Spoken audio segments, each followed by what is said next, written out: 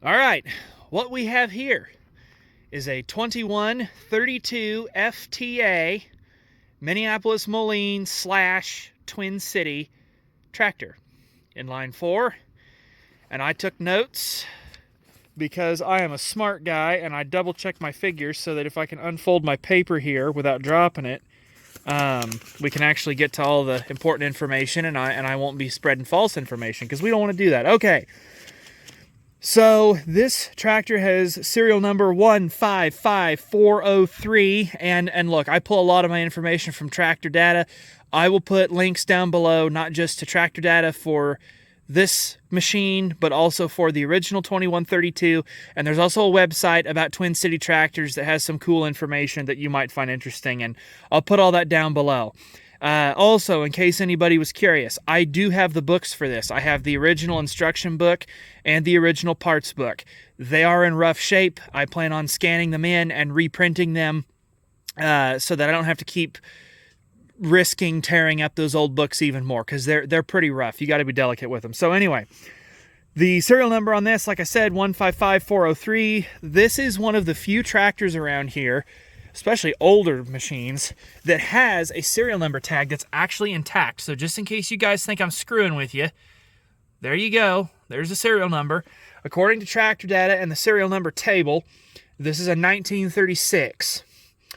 I did not see an engine tag anywhere. I don't know if they had engine tags on them or not, but there's an engine number written down on one of those books. I don't know if it's the correct one or not.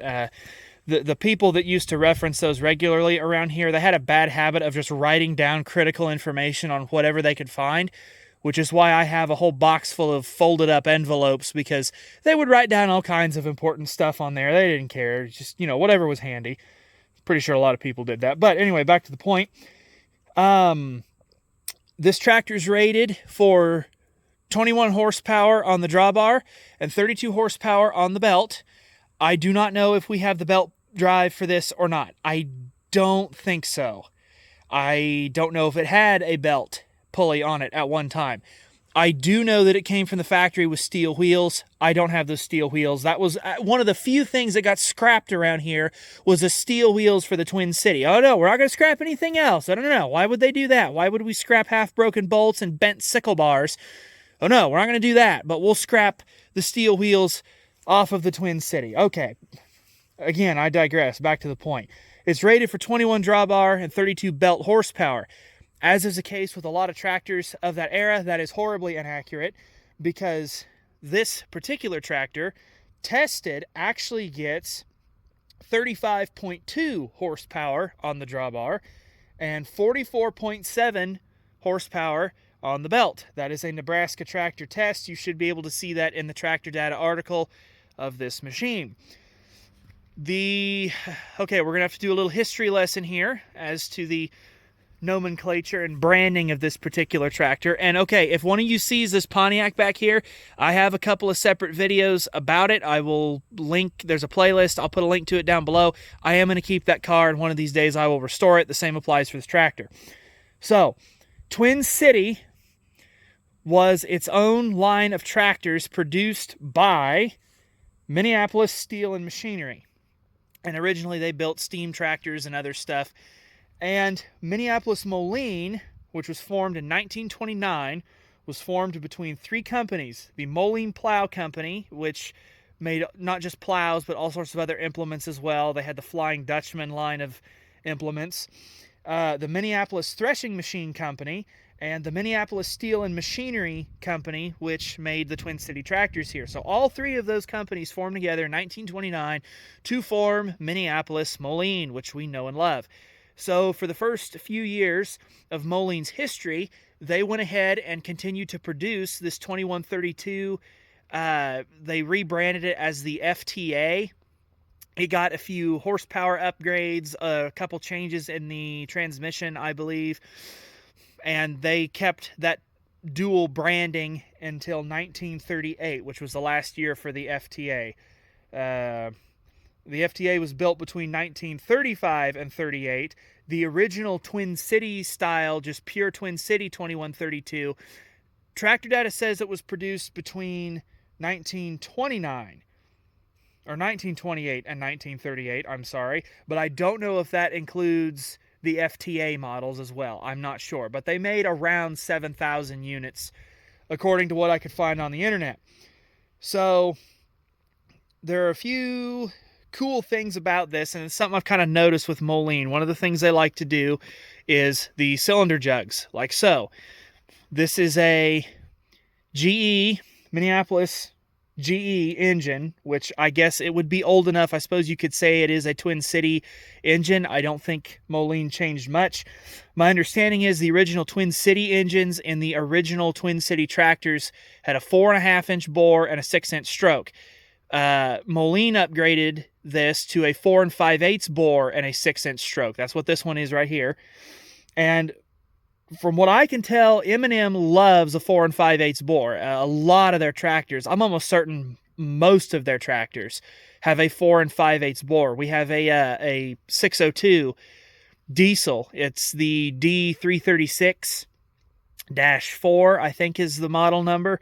But it is a 4 5/8 bore by, I think, a 5.5-inch stroke. I don't remember. But it is a 4 5/8 bore, and Moline loves to do that.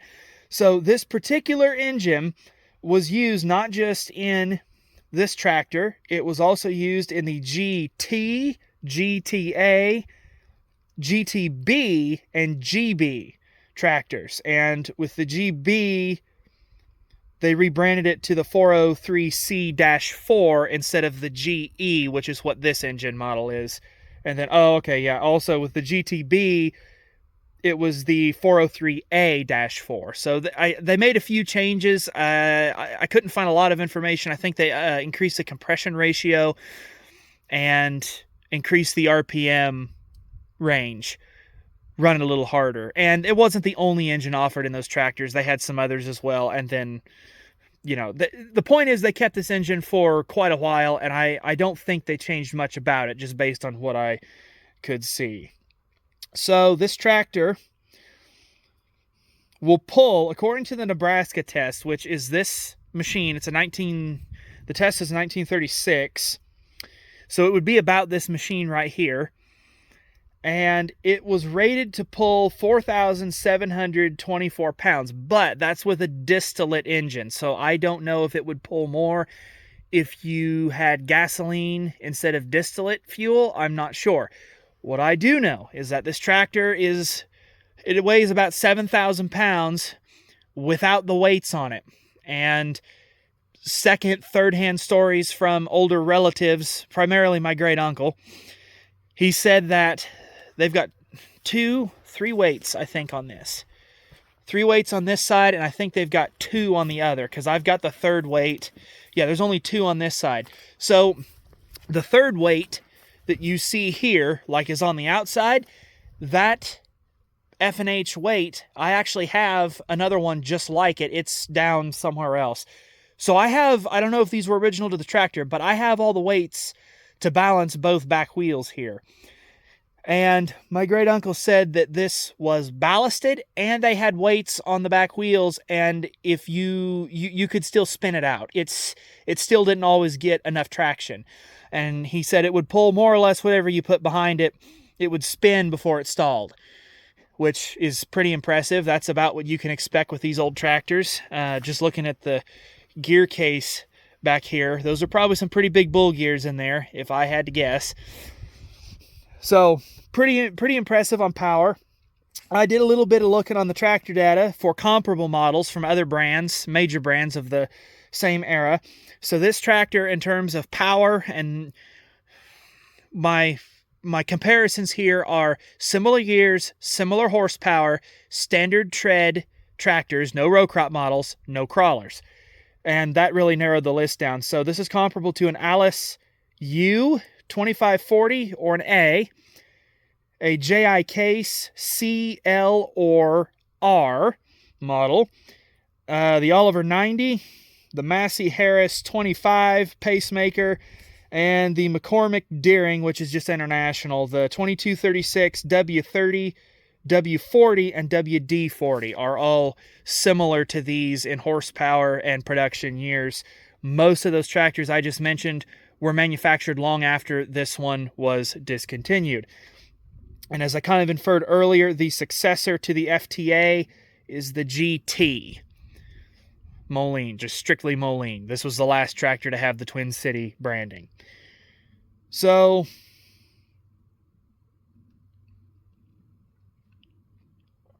I think that about covers everything that I wrote down here that is relevant. I do not know if this tractor was purchased brand new. I do not know what... I assume it was, because that Pontiac was also purchased brand new by my great-grandfather. And I don't know what he paid for it, if it was purchased new or used. I have no idea what was paid for this. There's no sale information that I could find. Some intense research would probably turn that up, but I'm not about to do that right now. It's just not a good use of my time. Eventually, we'll figure out about what this thing cost originally. So, a few things that I do know. It has the American Bosch magneto. Everything is here, more or less. I don't think they made a lot of modifications to it, which is rare for a farm tractor. It's also rare to see a tractor of this vintage, because a lot of these were scrapped during the war. A lot of people scrapped older machines during the war, and that's why you just don't see a heck of a lot from this era, unless they were in use through the war, and a lot of them were. Of course, as you probably noticed, it is hand start. The engine is seized. I am almost certain that it is seized. I don't know if there's any water in the crankcase, but the dipstick is awfully pitted. If there's liquid in there, it's not enough to touch the dipstick, which is good and also bad. So I don't know what's exactly going on. The transmission is in neutral, thankfully, because it did roll when I was moving it. It didn't like to, but it did roll. The transmission lever is seized. I assume the transmission itself is... well, it must be loose, because even if it was in neutral, some of those gears would have to spin. So there is that. The steering wheel is not stuck, oddly enough. It actually kind of steers, sort of. It doesn't steer all that great with flat tires, but the gearbox isn't seized. That's good. I do not know how much of the fuel system is original, but my understanding is this came with... This was a 2-section tank. This is not the original tank, I'm pretty sure. But it was partitioned off. You had a smaller section for gasoline and then another section for kerosene or power fuel or whatever. And you would start this on gas, you'd get it hot, and then you'd switch it over to kerosene or your power fuel, and it would run on that. So there's supposed to be, and I don't know if this is original or not. I do not believe it is, but I'm not an expert on these. Somebody can correct me if you know more about them, but it's supposed to have a heat box in here somewhere to help keep the incoming air and the fuel warm enough to where it'll burn the kerosene. This might be it. I have some other yellow colored parts around here that are not, they're not for the Cat, they're not for the 602. I'm pretty sure they're for this, because all the old GB parts or GTB parts, well, there weren't any, actually. We used to have a GTB tractor around here back in the day, but that's long since gone. So I'm almost certain those yellow parts that I found are for this Twin City. But again, I don't know that for a fact. It's just information. So, as I said earlier, this did come with steel wheels from the factory. I have some pictures somewhere. They're not scanned in. They're not digital. But I have some pictures somewhere of this thing on steel. And it used to pull... we used to have an old Moline harvester around here too. That was scrapped many, many years ago. So, unfortunately, no, we don't have that. But it used to pull that harvester, and this came in Twin City gray, is my understanding, originally. And then, several years after lots and lots of use, it was sent off to a dealer in Hutchinson. This is via my great uncle, so, may or may not be 100% accurate. But it was sent off to a dealer somewhere, and it was essentially gone through and completely rebuilt and repainted, which is where it gets the yellow color from. But originally, it was Twin City gray on steel. This has been all over the place, apparently. One time, this tractor and the harvester went up to South Dakota to cut wheat. I don't know the details of that. It just something my great uncle had mentioned one time. And I try to pay attention when he's around and he mentions stuff like this, because he just kind of starts in with it randomly, you know? And then, of course, it's hard to hear him, and you can't really talk to him because he doesn't always wear his hearing aids, and I'm sure you guys can understand that. But I try and pick up whatever information I can when I can, and I try to remember it. So some of you are probably wondering, you know, what's the deal with this? Why was it just left to sit and rot?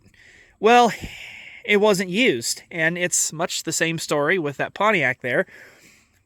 It was running, allegedly, and there was nothing wrong with it, but it wasn't used, so it was parked, and it sat and rotted.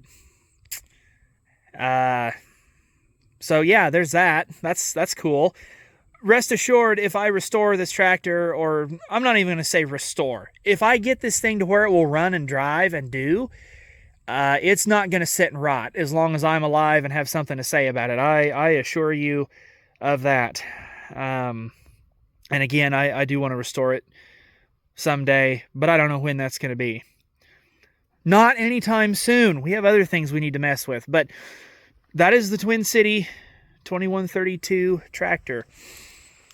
It's hard to tell how much work it's actually going to need because I just don't know what the powertrain looks like. I would assume it's probably sort of okay. It's almost positively got rust on it. There's no way it doesn't. But we'll cross that bridge when we come to it. I do not know if when this tractor was, I'm going to say restored back in the day. I don't know if they redid the drawbar or not. What I can tell you is that drawbar doesn't have a lot of wear on it. So I don't know how much pulling this actually did. I do know that this tractor and the another implement we used to have a 4-bottom Moline plow. I don't know if it was a Minneapolis-Moline plow or an old Moline plow. But it was a 4-bottom. This would pull it, no problem. And we live in red dirt, so when it gets dry and hard and you have to go plow, I mean, it'll make a tractor work. If your tractor's gutless, it'll show almost immediately when you go to plow. But this would, in theory, pull a plow, no problem. So this tractor and the Cat D4 tractor with the blade on the front built all the terraces in the big field. And that field's about 120 acres, I think. And it's hills. I don't know why they farmed that instead of something more flat. That's not a decision I was around for. It was long before my time on this earth. But all the terraces were built with essentially this tractor, that 4-bottom plow, a transit stick, and the D4 Cat. And my grandpa built them all more or less by himself, is my understanding. Of course, that might just be him kind of saying that, you know. But pretty impressive. As with most machines of this vintage, they worked. They were no slouch. They had to work. They ran all day, every day, and rode hard, put away wet. In this case today, quite literally, put away wet. So, oh man, I'm just kind of looking it over and seeing anything that I may have missed. I think it's a good candidate for restoration. I think the transmission is fine. If the engine's shot, that's part of the reason I mentioned all that information about it. They use this engine on so many other tractors, and I think a lot of the parts will cross over and they will cross-reference. But another interesting thing that I like about these older machines like this is that the engine and the transmission are sort of integrated, but they're also sort of not. So I could do a little bit different engine in here if I needed to. It would take some modification, but look, if it gets that bad, parts are going to be hard to find, and we may have to do some things that are not factory original. In that scenario, I could put a different engine in here, fashion some motor mounts and stuff, keep it as close to original as possible, but adapt another motor in because of the way the clutch and stuff is set up, which I like. I like options. I don't know if I can save these wheels. I think the rear wheels I can save, maybe. I'd like to, because even though this is a goofy design right here with the spokes, I think it's kind of cool, and I would like to keep it original. May not be able to. May have to convert over to a modern hub style. The fenders are going to need some work. The hood's going to need some work. But this is one of the things I love about these old tractors, is that they are not picky. A lot of this stuff was hand-fitted, hand-finished, and handmade. So, you know, my amateur metalworking skills will probably pass just as good as what the factory did back in the day. So, with all that being said, I'm going to get that clevis off because I want it back. And I'm going to go back in because it's actually kind of cold out here, even though the wind's not blowing. My hand's getting numb. So I appreciate you guys watching. One of these days we'll come back to this and start on it. I don't know when, but it's going to be a while. So until then, you guys take care, stay warm. We'll see you later. Thanks for watching.